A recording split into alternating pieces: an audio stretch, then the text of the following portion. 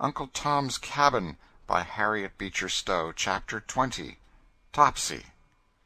One morning, while Miss Ophelia was busy in some of her domestic cares, St. Clair's voice was heard, calling her at the foot of the stairs.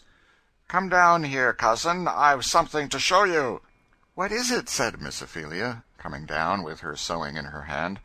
"I've made a purchase for your department. See here," said St. Clair, and with that word he pulled along a little negro girl about 8 or 9 years of age. She was one of the blackest of her race, and her round shining eyes, glittering as glass beads, moved with quick and restless glances over everything in the room. Her mouth, half open with astonishment at the wonders of the new master's parlor, displayed a white and brilliant set of teeth. Her woolly hair was braided in sundry little tails, which stuck out in every direction.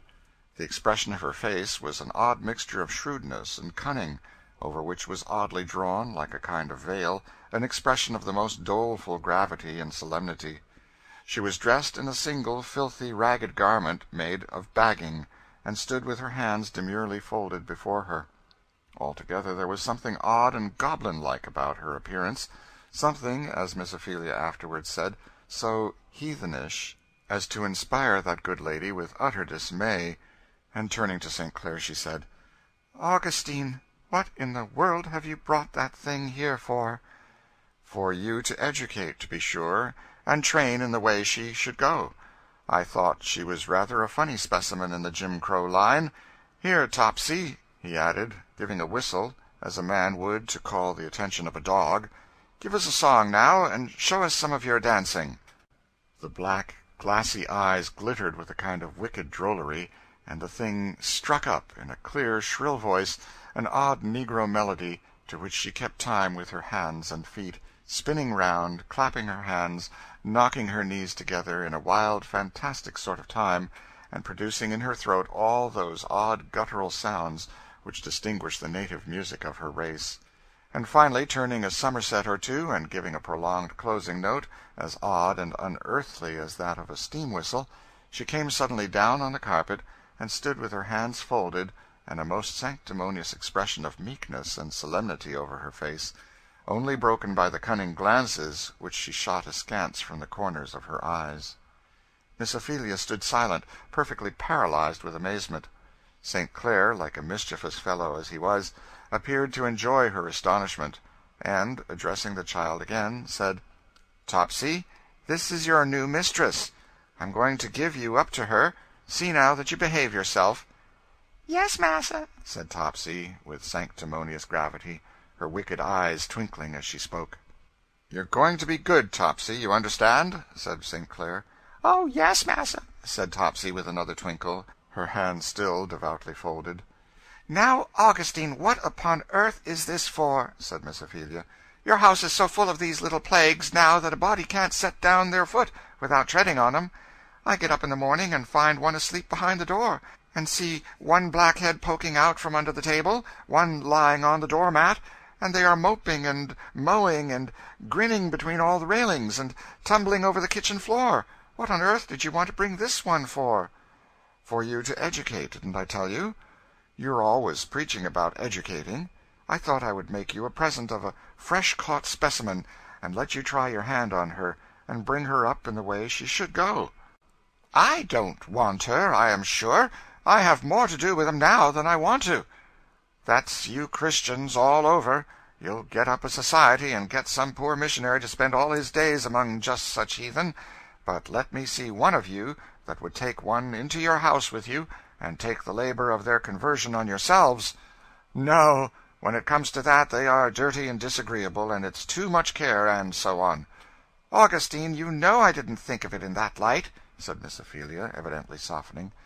"Well, it might be a real missionary work," said she, looking rather more favorably on the child. St. Clair had touched the right string. Miss Ophelia's conscientiousness was ever on the alert. "But," she added, "I really didn't see the need of buying this one. There are enough now in your house to take all my time and skill." "Well, then, cousin," said St. Clair, drawing her aside, "I ought to beg your pardon for my good-for-nothing speeches. You are so good, after all, that there's no sense in them. Why, the fact is, This concern belonged to a couple of drunken creatures that keep a low restaurant that I have to pass by every day, and I was tired of hearing her screaming, and them beating and swearing at her. She looked bright and funny, too, as if something might be made of her. So I bought her, and I'll give her to you. Try, now, and give her a good orthodox New England bringing up, and see what it'll make of her. You know I haven't any gift that way, but I'd like you to try." "Well, I'll do what I can," said Miss Ophelia, and she approached her new subject very much as a person might be supposed to approach a black spider, supposing them to have benevolent designs toward it. "She's dreadfully dirty and half naked," she said. "Well, take her downstairs, and make some of them clean and clothe her up." Miss Ophelia carried her to the kitchen regions. "Don't see what Massa St. Clair wants of another nigger," said Dinah, surveying the new arrival with no friendly air. "Won't have her round under my feet, I know." "Pa," said Rosa and Jane, with supreme disgust, "let her keep out of our way. What in the world Massa want another of these low niggers for, I can't see." "You go 'long. No more nigger than you be, Miss Rosa," said Dinah, who felt this last remark a reflection on herself. "You seem t'ink yourself white folks. You ain't never one black nor white. I'd like to be one or t'other."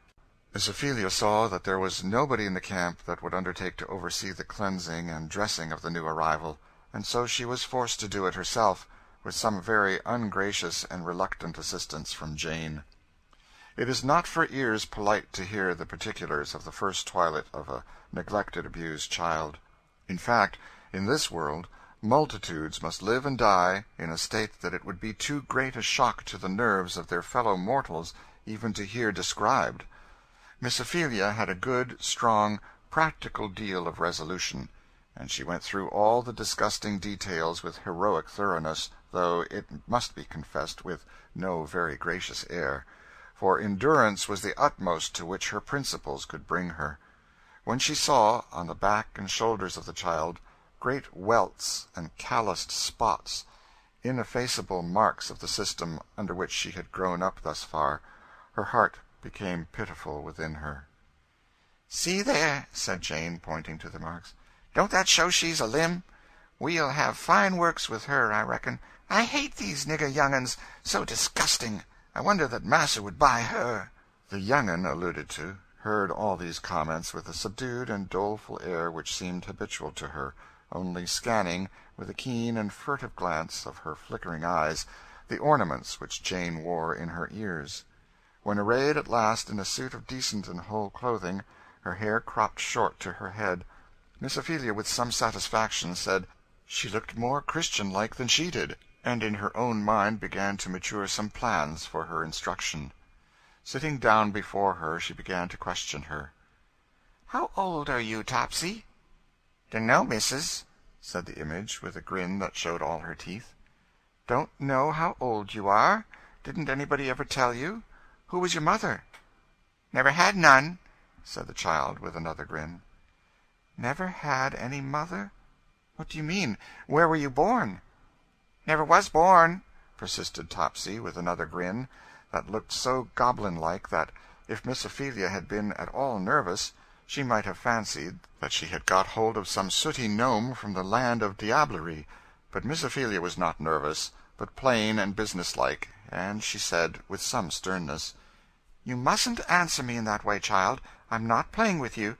Tell me where you were born, and who your father and mother were." "Never was born," reiterated the creature more emphatically. "Never had no father nor mother nor nothing. I was raised by a speculator, with lots of others. Old Aunt Sue used to take care on us." The child was evidently sincere, and Jane, breaking into a short laugh, said, "Laws, missus, there's heaps of 'em. Speculators buys 'em up cheap, when they's little, and gets 'em raised for market." "How long have you lived with your master and mistress?" "Don't know, missus." "Is it a year, or more, or less?" "Don't know, missus." "Laws, missus, those low negroes, they can't tell. They don't know anything about time," said Jane. "They don't know what a year is. They don't know their own ages." "Have you ever heard anything about God, Topsy?" The child looked bewildered, but grinned as usual. "Do you know Who made you?"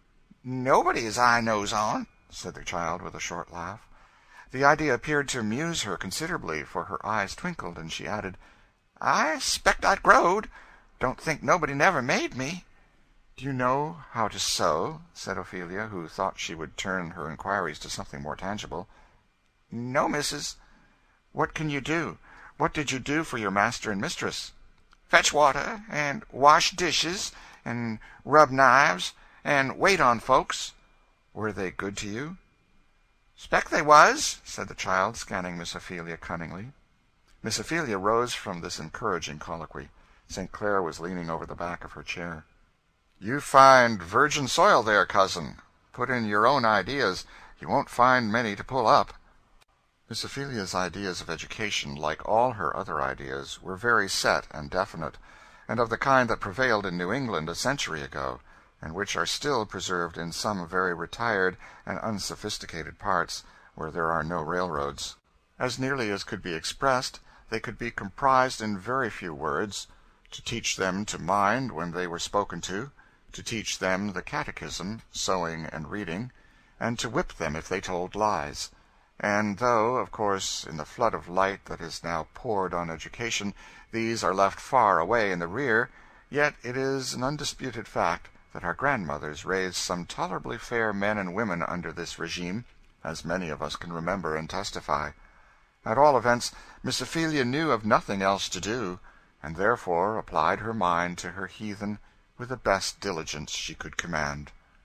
The child was announced and considered in the family as Miss Ophelia's girl, and, as she was looked upon with no gracious eye in the kitchen, Miss Ophelia resolved to confine her sphere of operation and instruction chiefly to her own chamber. With a self-sacrifice which some of our readers will appreciate, she resolved, instead of comfortably making her own bed, sweeping and dusting her own chamber, which she had hitherto done, in utter scorn of all offers of help from the chambermaid of the establishment, to condemn herself to the martyrdom of instructing Topsy to perform these operations. Ah, woe the day! Did any of our readers ever do the same, they will appreciate the amount of her self-sacrifice. Miss Ophelia began with Topsy by taking her into her chamber the first morning, and solemnly commencing a course of instruction in the art and mystery of bed-making. Behold, then, Topsy, washed and shorn of all the little braided tails wherein her heart had delighted, arrayed in a clean gown, with well-starched apron, standing reverently before Miss Ophelia, with an expression of solemnity well befitting a funeral. "Now, Topsy, I'm going to show you just how my bed is to be made. I am very particular about my bed. You must learn exactly how to do it." "Yes, ma'am," said Topsy, with a deep sigh and a face of woeful earnestness. "Now, Topsy, look here. This is the hem of the sheet. This is the right side of the sheet, and this is the wrong. Will you remember?" "Yes, ma'am," said Topsy, with another sigh. "Well, now, the under sheet you must bring over the bolster, so, and tuck it clear down under the mattress nice and smooth, so. Do you see?" "Yes, ma'am," said Topsy, with profound attention. "But the upper sheet," said Miss Ophelia, "must be brought down in this way, and tucked under firm and smooth at the foot, so. The narrow hem at the foot." "Yes, ma'am," said Topsy, as before. But we will add, what Miss Ophelia did not see, that during the time when the good lady's back was turned in the zeal of her manipulations, the young disciple had contrived to snatch a pair of gloves and a ribbon, which she had adroitly slipped into her sleeves, and stood with her hands dutifully folded as before. "Now, Topsy, let's see you do this," said Miss Ophelia, pulling off the clothes and seating herself. Topsy, with great gravity and adroitness, went through the exercise completely to Miss Ophelia's satisfaction, smoothing the sheets, patting out every wrinkle, and exhibiting through the whole process a gravity and seriousness with which her instructress was greatly edified. By an unlucky slip, however, a fluttering fragment of the ribbon hung out of one of her sleeves just as she was finishing, and caught Miss Ophelia's attention. Instantly she pounced upon it. "What's this, you naughty wicked child? You've been stealing this." The ribbon was pulled out of Topsy's own sleeve, yet was she not in the least disconcerted. She only looked at it with an air of the most surprised and unconscious innocence. Laws, why, that ar's Miss Feely's ribbon, ain't it? How could it 'a' got caught in my sleeve? Topsy, you naughty girl, don't you tell me a lie. You stole that ribbon. Missus, I declare for it I didn't. Never seed it till this blessed minute. Topsy, said Miss Ophelia, don't you know it's wicked to tell lies? I never tell no lies, Miss Feely, said Topsy with virtuous gravity. It's just the truth I've been a-telling now, and ain't nothing else. Topsy, I shall have to whip you if you tell lies so. Laws, missus, if you's to whip all day, couldn't say no other way, said Topsy, beginning to blubber. I never seed that. It must 'a' got caught in my sleeve. Miss Feely must 'a' left it on the bed, and it got caught in the clothes, and so got in my sleeve. Miss Ophelia was so indignant at the bare-faced lie that she caught the child and shook her. Don't you tell me that again. The shake brought the glove on the floor from the other sleeve. There, you, said Miss Ophelia. Will you tell me now you didn't steal the ribbons? Topsy now confessed to the gloves, but still persisted in denying the ribbon. Now, Topsy, said Miss Ophelia, if you'll confess all about it, I won't whip you this time. Thus adjured, Topsy confessed to the ribbon and gloves, with woeful protestations of penitence. Well, now tell me. I know you must have taken other things since you have been in the house, for I let you run about all day yesterday. Now, tell me if you took anything, and I shan't whip you. Laws, missus, I took Miss Eva's red thing she wears on her neck. You did, you naughty child. Well, what else? I took Rosa's ear-rings, them red ones. Go bring them to me this minute, both of them. Laws, missus, I can't. They's burnt up. Burnt up? What a story! Go get 'em, or I'll whip you. Topsy, with loud protestations and tears and groans, declared that she could not. They's burnt up, they was. What did you burn 'em for? Said Miss Ophelia. 'Cause I's wicked, I is. I's mighty wicked, anyhow. I can't help it. Just at this moment Eva came innocently into the room with the identical coral necklace on her neck. Why, Eva, where did you get your necklace? Said Miss Ophelia. Get it? Why, I've had it on all day, said Eva. Did you have it on yesterday? Yes, and what is funny, Auntie, I had it on all night. I forgot to take it off when I went to bed. Miss Ophelia looked perfectly bewildered, the more so as Rosa at that instant came into the room with a basket of newly ironed linen poised on her head, and the coral eardrops shaking in her ears. I'm sure I can't tell anything what to do with such a child, she said in despair. What in the world did you tell me you took those things for, Topsy? Why, Missus said I must fess, and I couldn't think of nothing else to fess, said Topsy, rubbing her eyes. But, of course, I didn't want you to confess things you didn't do, said Miss Ophelia. That's telling a lie just as much as the other. Laws, now is it? said Topsy with an air of innocent wonder. La, there ain't any such thing as truth in that limb, said Rosa, looking indignantly at Topsy. If I was Master St. Clair, I'd whip her till the blood run, I would. I'd let her catch it. No, no, Rosa, said Eva with an air of command, which the child could assume at times. You mustn't talk so, Rosa. I can't bear to hear it. Law sakes, Miss Eva, you's so good you don't know nothing how to get along with niggers. There's no way but to cut 'em well up, I tell you. Rosa, said Eva, hush. Don't you say another word of that sort. And the eye of the child flashed, and her cheek deepened its color. Rosa was cowed in a moment. Miss Eva has got the St. Clair blood in her, that's plain. She can speak for all the world just like her papa, she said as she passed out of the room. Eva stood looking at Topsy. There stood the two children representatives of the two extremes of society.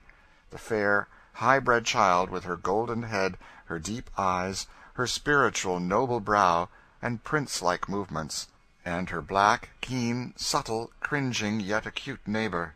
They stood the representatives of their races. The Saxon, born of ages of cultivation, command, education, physical and moral eminence, and the Afric, born of ages of oppression, submission, ignorance, toil, and vice. Something, perhaps, of such thoughts struggled through Eva's mind, but a child's thoughts are rather dim, undefined instincts, and in Eva's noble nature many such were yearning and working, for which she had no power of utterance. When Miss Ophelia expatiated on Topsy's naughty, wicked conduct, the child looked perplexed and sorrowful, but said sweetly, "Poor Topsy, why need you steal? You're going to be taken good care of now. I'm sure I'd rather give you anything of mine than have you steal it." It was the first word of kindness the child had ever heard in her life, and the sweet tone and manner struck strangely on the wide, rude heart, and a sparkle of something like a tear shone in the keen, round, glittering eye. But it was followed by the short laugh and habitual grin. No, the ear that has never heard anything but abuse is strangely incredulous of anything so heavenly as kindness. And Topsy only thought Eva's speech something funny and inexplicable. She did not believe it. But what was to be done with Topsy? Miss Ophelia found the case a puzzler. Her rules for bringing up didn't seem to apply. She thought she would take time to think of it, and by the way of gaining time, and in hopes of some indefinite moral virtues supposed to be inherent in dark closets, Miss Ophelia shut Topsy up in one till she had arranged her ideas further on the subject. "I don't see," said Miss Ophelia to St. Clair, "how I'm going to manage that child without whipping her." "Well, whip her, then, to your heart's content. I'll give you full power to do what you like." "Children always have to be whipped," said Miss Ophelia. "I never heard of bringing them up without." "Oh, well, certainly," said St. Clair. "Do as you think best. Only I'll make one suggestion. I've seen this child whipped with a poker, knocked down with a shovel or tongs, whichever came handiest, etc., and seeing that she is used to that style of operation, I think your whippings will have to be pretty energetic to make much impression." "What is to be done with her, then?" said Miss Ophelia. "You have started a serious question," said St. Clair. "I wish you'd answer it. What is to be done with a human being that can be governed only by the lash? That fails. It's a very common state of things down here." "I'm sure I don't know. I never saw such a child as this." "Such children are very common among us, and such men and women, too. How are they to be governed?" said St. Clair. "I'm sure it's more than I can say," said Miss Ophelia. "Or I either," said St. Clair. "The horrid cruelties and outrages that once in a while find their way into the papers, such cases as Prue's, for example, what do they come from? In many cases it is a gradual hardening process on both sides, the owner growing more and more cruel, as the servant more and more callous. Whipping and abuse are like laudanum. You have to double the dose as the sensibilities decline. I saw this very early when I became an owner, and I resolved never to begin, because I did not know when I should stop, and I resolved at least to protect my own moral nature. The consequence is that my servants act like spoiled children, but I think that better than for us both to be brutalized together. You have talked a great deal about our responsibilities in educating, cousin. I really wanted you to try with one child, who is a specimen of thousands among us." "It is your system makes such children," said Miss Ophelia. "I know it, but they are made, they exist, and what is to be done with them?" "Well, I can't say I thank you for the experiment, but then as it appears to be a duty, I shall persevere and try, and do the best I can," said Miss Ophelia. And Miss Ophelia, after this, did labor with a commendable degree of zeal and energy on her new subject. She instituted regular hours and employments for her, and undertook to teach her to read and sew. In the former art the child was quick enough. She learned her letters as if by magic, and was very soon able to read plain reading. But the sewing was a more difficult matter. The creature was as lithe as a cat, and as active as a monkey, and the confinement of sewing was her abomination. So she broke her needles, threw them slyly out of the window, or down in chinks of the walls. She tangled, broke, and dirtied her thread, or, with a sly movement, would throw a spool away altogether. Her motions were almost as quick as those of a practised conjurer, and her command of her face quite as great, and though Miss Ophelia could not help feeling that so many accidents could not possibly happen in succession, yet she could not, without a watchfulness which would leave her no time for anything else, detect her. Topsy was soon a noted character in the establishment. Her talent for every species of drollery grimace and mimicry, for dancing, tumbling, climbing, singing, whistling, imitating every sound that hit her fancy, seemed inexhaustible. In her play hours she invariably had every child in the establishment at her heels, open-mouthed with admiration and wonder, not excepting Miss Eva, who appeared to be fascinated by her wild diablerie, as a dove is sometimes charmed by a glittering serpent. Miss Ophelia was uneasy that Eva should fancy Topsy's society so much, and implored St. Clair to forbid it. "Pooh, let the child alone," said St. Clair. "Topsy will do her good." "But so depraved a child! Are you not afraid she will teach her some mischief?" "She can't teach her mischief. She might teach it to some children, but evil rolls off Eva's mind like dew off a cabbage leaf. Not a drop sinks in." "Don't be too sure," said Miss Ophelia. "I know I'd never let a child of mine play with Topsy." "Well, your children needn't," said St. Clair, "but mine may. If Eva could have been spoiled, it would have been done years ago." Topsy was at first despised and contemned by the upper servants. They soon found reason to alter their opinion. It was very soon discovered that whoever cast an indignity on Topsy was sure to meet with some inconvenient accident shortly after.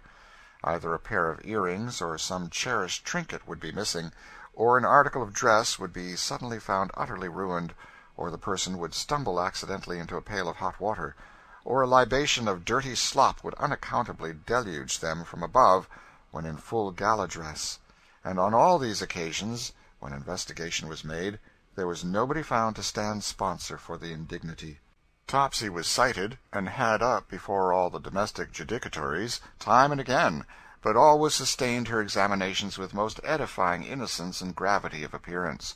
Nobody in the world ever doubted who did the things, but not a scrap of any direct evidence could be found to establish the suppositions, and Miss Ophelia was too just to feel at liberty to proceed to any length without it.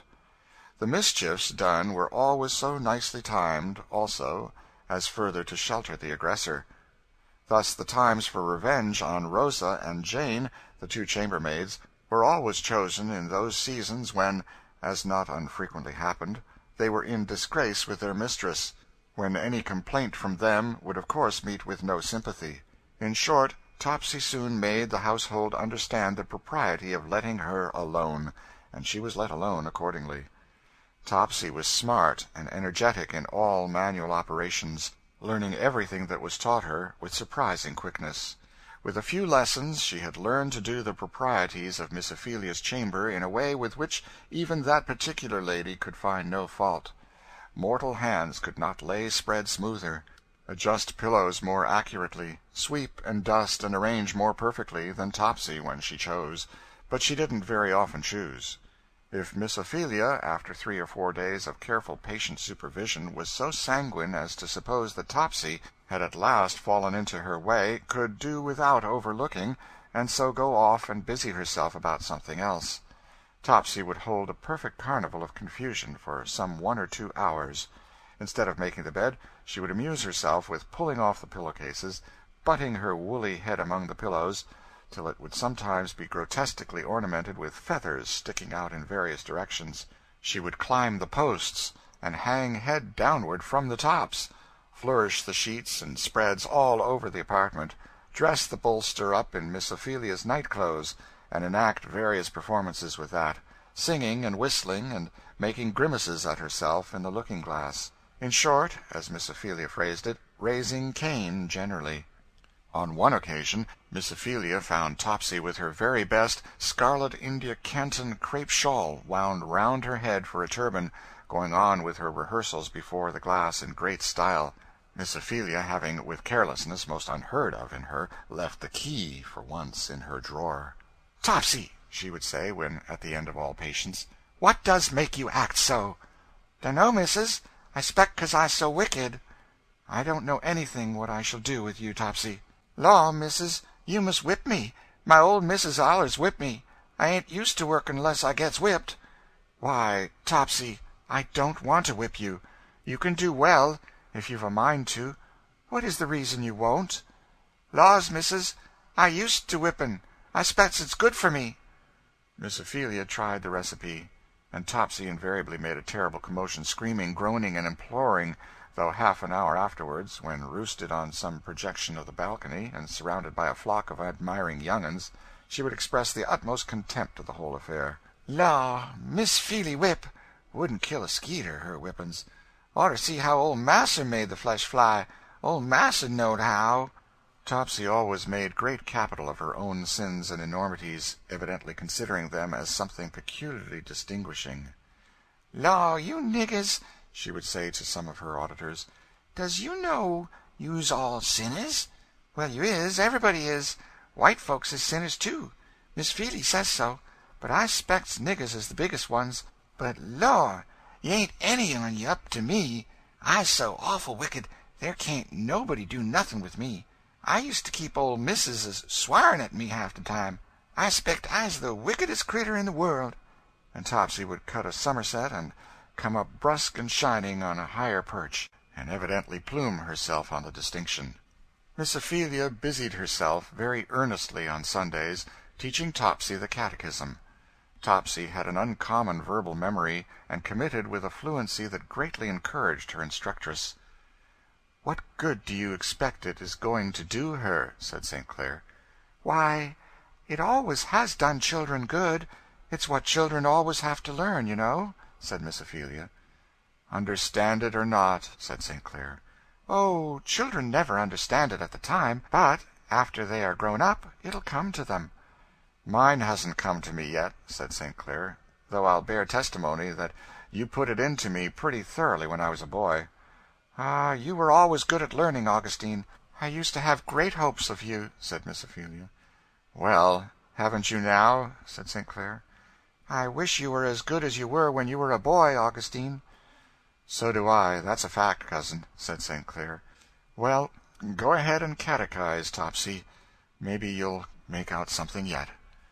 Topsy, who had stood like a black statue during this discussion, with hands decently folded, now at a signal from Miss Ophelia went on. "Our first parents, being left to the freedom of their own will, fell from the state wherein they were created." Topsy's eyes twinkled, and she looked inquiringly. "What is it, Topsy?" said Miss Ophelia. "Please, missus, was that our state Kentuck?" "What state, Topsy?" "That state they fell out of. I used to hear Massa tell how we came down from Kentuck." St. Clair laughed. "You'll have to give her a meaning, or she'll make one," said he. "There seems to be a theory of emigration suggested there." "Oh, Augustine, be still," said Miss Ophelia. "How can I do anything if you will be laughing?" "Well, I won't disturb the exercises again, on my honor." And St. Clair took his paper into the parlor and sat down till Topsy had finished her recitations. They were all very well, only that now and then she would oddly transpose some important words, and persist in the mistake, in spite of every effort to the contrary. And St. Clair, after all his promises of goodness, took a wicked pleasure in these mistakes, calling Topsy to him whenever he had a mind to amuse himself, and getting her to repeat the offending passages, in spite of Miss Ophelia's remonstrances. "How do you think I can do anything with the child if you will go on so, Augustine?" she would say. "Well, it is too bad. I won't again, but I do like to hear the droll little image stumble over those big words." "But you confirm her in the wrong way." "What's the odds? One word is as good as another to her." "You wanted me to bring her up right, and you ought to remember she is a reasonable creature, and be careful of your influence over her." "Oh, dismal! So I ought. But as Topsy herself says, "I's so wicked."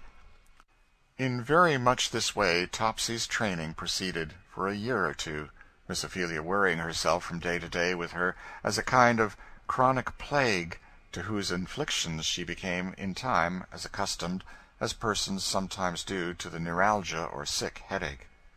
St. Clair took the same kind of amusement in the child that a man might in the tricks of a parrot or a pointer. Topsy, whenever her sins brought her into disgrace in other quarters, always took refuge behind his chair, and St. Clair, in one way or other, would make peace for her. From him she got many a stray picayune, which she laid out in nuts and candies, and distributed with careless generosity to all the children in the family, for Topsy, to do her justice, was good-natured and liberal, and only spiteful in self-defense. She is fairly introduced into our corps de ballet, and will figure, from time to time in her turn, with other performers. End of chapter 20.